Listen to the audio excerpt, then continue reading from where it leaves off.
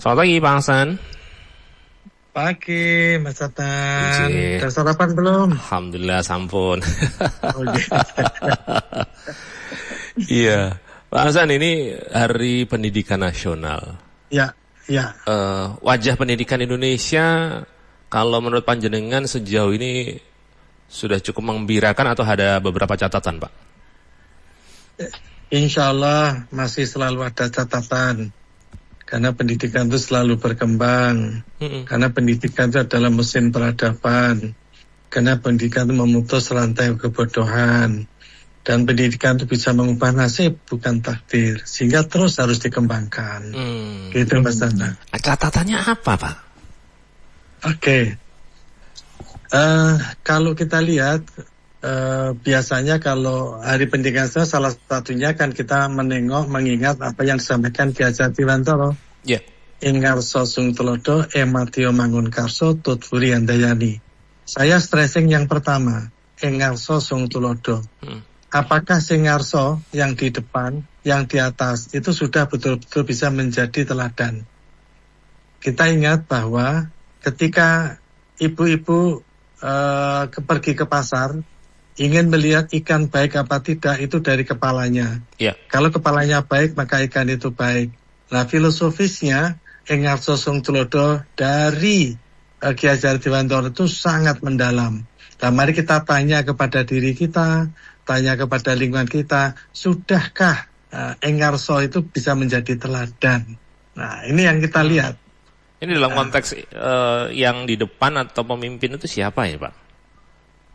Pemimpin itu bisa di lingkungan kita, bisa di institusi kita, bisa di negara kita, bisa dimanapun, baik pemimpin formal maupun yang non formal.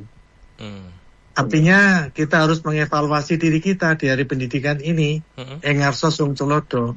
Kalau toh memang belum bisa menjadi teladan, mari kita buat menjadi lebih baik. Agar pendidikan ini, seperti yang saya katakan, ini mesin peradaban.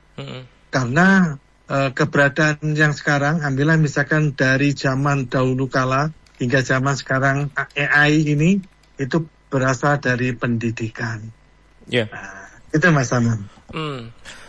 Isu masalah ketimpangan akses dan kualitas, terutama antara daerah dan perkotaan, pelosok, ini masih juga mengempung sampai sekarang ini juga kaitan dengan rendahnya mutu guru. Bagaimana panjenengan melihat ini?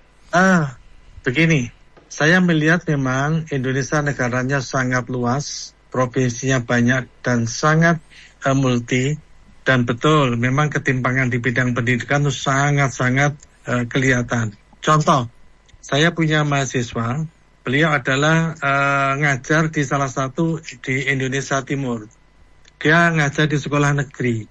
Tapi yang ngajar itu tidak sesuai dengan bidangnya. Misalkan ada matematik, karena guru matematiknya nggak ada, maka yang ngajar adalah guru ilmu sosial. Nah, kalau yang ngajar bukan bidangnya, maka apa yang terjadi? Ini contoh kasus yang terjadi. Nah, kalau kita melihat memang urusan kualitas pendidikan memang kita tidak harus sama, tetapi bagaimana kita bisa meningkatkan kompetensi dari masing-masing yang ada di negara kita ini. Tidak harus sama, itu yang harus kita lakukan. Dan itu menurut saya berpulang kepada pemimpinnya. Niatnya bagaimana? Kalau niatnya memang untuk memperbaiki kualitas pendidikan, saya yakin itu akan bisa dilakukan. Tapi kalau niatnya yang lain, saya tidak tahu. Sebenarnya lebih utama pendidikan akademik atau non-akademik sebenarnya, Pak? Bagi bangsa ini. Kontekstual. Jadi ada siswa kita, mahasiswa kita, itu yang hendaknya diimprove tentang pendidikan akademik, tapi ada yang non-akademik, ambillah seperti vokasi. Jadi tidak bisa kita buat sama. Ada yang vokasi, ada yang akademik. Nah, itulah sesungguhnya pendidikan yang kita lakukan. Karena kalau semua akademik, nanti ada hal. Nah, itu yang menurut saya begitu, Mas. Iya. Tetapi dengan fakta jebloknya nilai TKA berbagai siswa di Indonesia, ini menggambarkan seperti apa menurut panjenengan, Pak? Oke, terima kasih. Ya, memang secara akademik, tidak semuanya siswa kita itu bisa dalam grade yang sama. Misalkan saja mereka stressingnya bukan akademik, sehingga TKA-nya juga mungkin kurang bagus. Itu yang kita lihat. Tidak mesti itu sekolah negeri maupun sekolah swasta. Dan faktanya banyak juga sekolah negeri yang sesungguhnya gurunya kurang. Kalau gurunya kurang, maka sesungguhnya kita juga bisa mengambil guru-guru yang lain yang memungkinkan, tidak bisa disamaratakan. Nah, itu yang harus kita pahami dan harus kita lakukan. Dan itu berpulang kepada policy, namanya policy itu mesti ada diskresi. Nah, itu yang harus kita lakukan. Jadi diskresinya harus bukan tekstual, tapi kontekstual. Itu yang hendaknya dilakukan. Nah, ketika diskresi kontekstual berpulang kepada pimpinannya. Nah, ketika pimpinannya itu futuristik atau hanya pragmatis. Nah, itu yang mungkin perlu kita lihat. Baik. Teman-teman, saya masih berbincang bersama dengan Profesor Ahsanul Inam, PhD, pengamat pendidikan sekaligus Wakil Rektor 1 Bidang Pendidikan, Pengajaran dan Teknologi Digital Universitas Muhammadiyah Malang, UMM. Prof. Ahsan, sekarang ini lagi ramai diperbincangan tentang kebijakan guru non-ASN yang akan dilarang mengajar di sekolah negeri mulai 2027. Menurut panjenengan, memandang ini memang sesuai dengan tujuan pendidikan kita atau seperti apa, Pak? Ketika melihat itu kita harus kontekstual, tidak bisa tekstual. Tadi saya katakan ada sekolah negeri yang gurunya juga terbatas. Maka dengan sendirinya yang non-ASN pun bisa mengajar di situ. Jadi kita tidak serta-merta mengimplementasikan peraturan tersebut. Karena kalau semua disamaratakan, kasihan saudara-saudara kita yang ada di daerah terpencil, daerah terluar, itu guru pun juga kurang. Kalau dibatasi seperti itu, maka boleh jadi kualitas pendidikan di sana juga improvisasi, implementasi, improve-nya juga kurang gitu, Mas. Jadi menurut saya tidak harus dilakukan serta-merta seperti itu. Dan itulah perlunya diskresi. Jadi sebuah diskresi tergantung bagaimana Engarso Sung Tulodo tadi. Harus berani itu pemimpinnya membuat diskresi, karena memang pendidikan itu sesuatu yang penting. Dunia ini dapat kita ubah hanya melalui pendidikan. Isu dari dulu bahwa ganti menteri, ganti kurikulum, kemudian kebijakannya juga ganti. Apakah ini juga berpengaruh, Pak Ahsan? Ini, kalau dulu namanya kurikulum kan ada KTSP. KTSP itu kurikulum terserah panjenengan. Nah, kurikulum yang sebenarnya meskipun ganti-ganti itu berpulang kepada pengajarnya. Jadi kurikulum real itu ada di gurunya.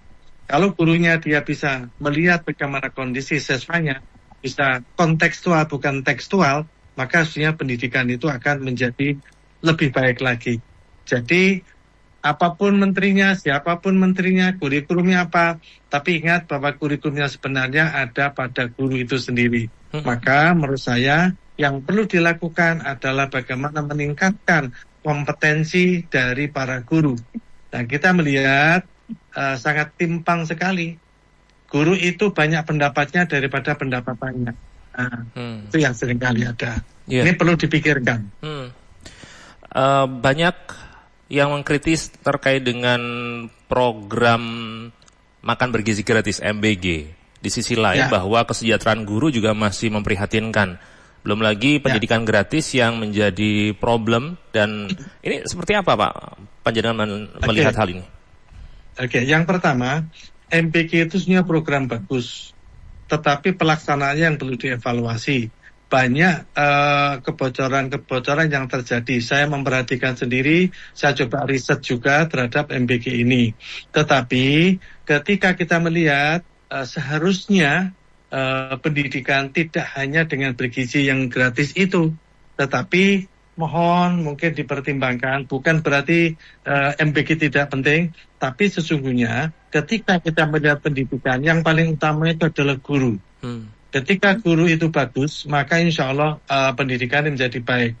Misalkan sarannya kurang bagus, tapi kalau gurunya hebat, maka sarana yang terbatas pun bisa menjadikan siswa itu hebat. Meskipun inputnya tidak bagus, kalau gurunya hebat, maka bisa menjadikan siswa itu hebat. Nah, ini yang menurut saya yang perlu. Jadi MBK itu bagus, tapi pelaksanaannya yang perlu dievaluasi, dan mohon bahwa peningkatan kualitas guru itu lebih utama berbanding yang lain. Baik. Nah, kalau menurut Profesor Ahsanul In'am sendiri, apa perbaikan-perbaikan yang mendesak perlu dilakukan? Oke, terima kasih Mas Adnan. Memang institusi yang mencetak guru itu sangat variatif. Hampir di setiap daerah itu memang ada di situ pendidikan yang menghasilkan guru. Maka yang harus dilakukan sesungguhnya menurut saya satu, bagaimana kurikulum pendidikan guru itu selalu diimprove, disesuaikan dengan kondisi yang ada. Jadi mereka pencetak guru ini harus diupayakan bagaimana agar guru itu tanggap, agar guru itu kontekstual, satu. Yang kedua, yang sudah menjadi guru, menurut saya ini yang harus kita improve. Nah, improve-nya bagaimana? Improve-nya adalah meningkatkan kualitas guru yang tidak hanya administratif, tapi substantif. Misalkan saja, hasil riset yang pernah saya lakukan, banyak kepala sekolah itu yang seringkali di sekolahnya adalah membuat monumental. Dia pembangunan fisik, atau itu yang diutamakan berbanding bagaimana mengimprove kemampuan dari guru. Demikian juga di pemerintah daerah, improve guru itu yang menurut saya perlu diupayakan ditingkatkan.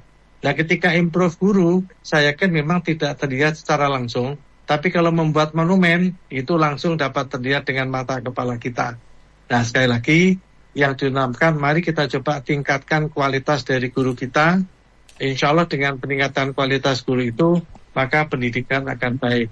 Nah, bagaimana meningkatkan kualitas guru? Satu, salah satunya adalah bagaimana secara administratif pendidikan mungkin yang sudah S1 di S2-kan, yang sudah S2 di S3-kan. Satu, kemudian mereka selalu melakukan improve. Yang selama ini mungkin ada Mas namanya MGMP, tetapi itu biasanya administratif, substantifnya adalah kurang. Yeah. Jadi sekali lagi, saran saya kembali ke tadi, ing ngarso sung tulodom, sehingga polisinya harus kontekstual. Begitu Mas Adnan. Banyak hal yang menjadi PR ya kalau melihat dari perbincangan ini, betul. Nggih. Profesor, matur nuwun sharing-sharingnya. Semoga ini mulai pelan-pelan kita ada perubahan-perubahan signifikan menuju perbaikan tadi yang seperti panjenengan sampaikan. Ya. Nggih. Dan itu terjadi di beberapa daerah saya melihat. Misalkan saja kalau saya mengikuti di Jawa Barat misalkan saja, itu bagus itu ide-ide gaya KDM itu. Yeah. Misalkan saja yang administratif, yang non-statif itu dikurangi bahkan dihilangkan. Sehingga hal itu akan meningkatkan kualitas. Contoh begini, biasanya ada yang namanya rekreasi itu tidak penting. Kemudian ketika ada lulusan, ada wisudawan, itu tidak penting. Nah, itu dikurangi. Sehingga kebijakan-kebijakan yang dilakukan, misalkan saja beberapa anggaran dari gubernur, itu diupayakan untuk memberikan beasiswa kepada sekolah. Nah, selama ini bantuan itu diberikan kepada sekolah. Kalau diberikan kepada sekolah, biasanya nggak nyampe ke siswa. Makanya dibalik oleh KDM, diberikan kepada siswanya, sehingga mereka sekolahnya gratis. Nah, kalau diberikan kepada yayasan atau sekolah bukan tidak percaya, mesti ada bocornya. Mohon maaf. Ya. Jadi banyak yang menjadi PR dan semoga ini bisa menjadi atensi stakeholder untuk bisa mewujudkan pendidikan yang sesuai harapan kita bersama. Terima kasih Pak Ahsan. Betul. Sharingnya. Terima kasih. Matur nuwun. Sama-sama Tana, sehat selalu. Sehat selalu. Terima kasih Prof. Sama-sama. Teman-teman, ini tadi Profesor Ahsanul In'am PSD, pengamat pendidikan sekaligus Wakil Rektor 1 Bidang Pendidikan, Pengajaran dan Teknologi Digital Universitas Muhammadiyah Malang atau UMM. Radio Andika, informasi dan solusi.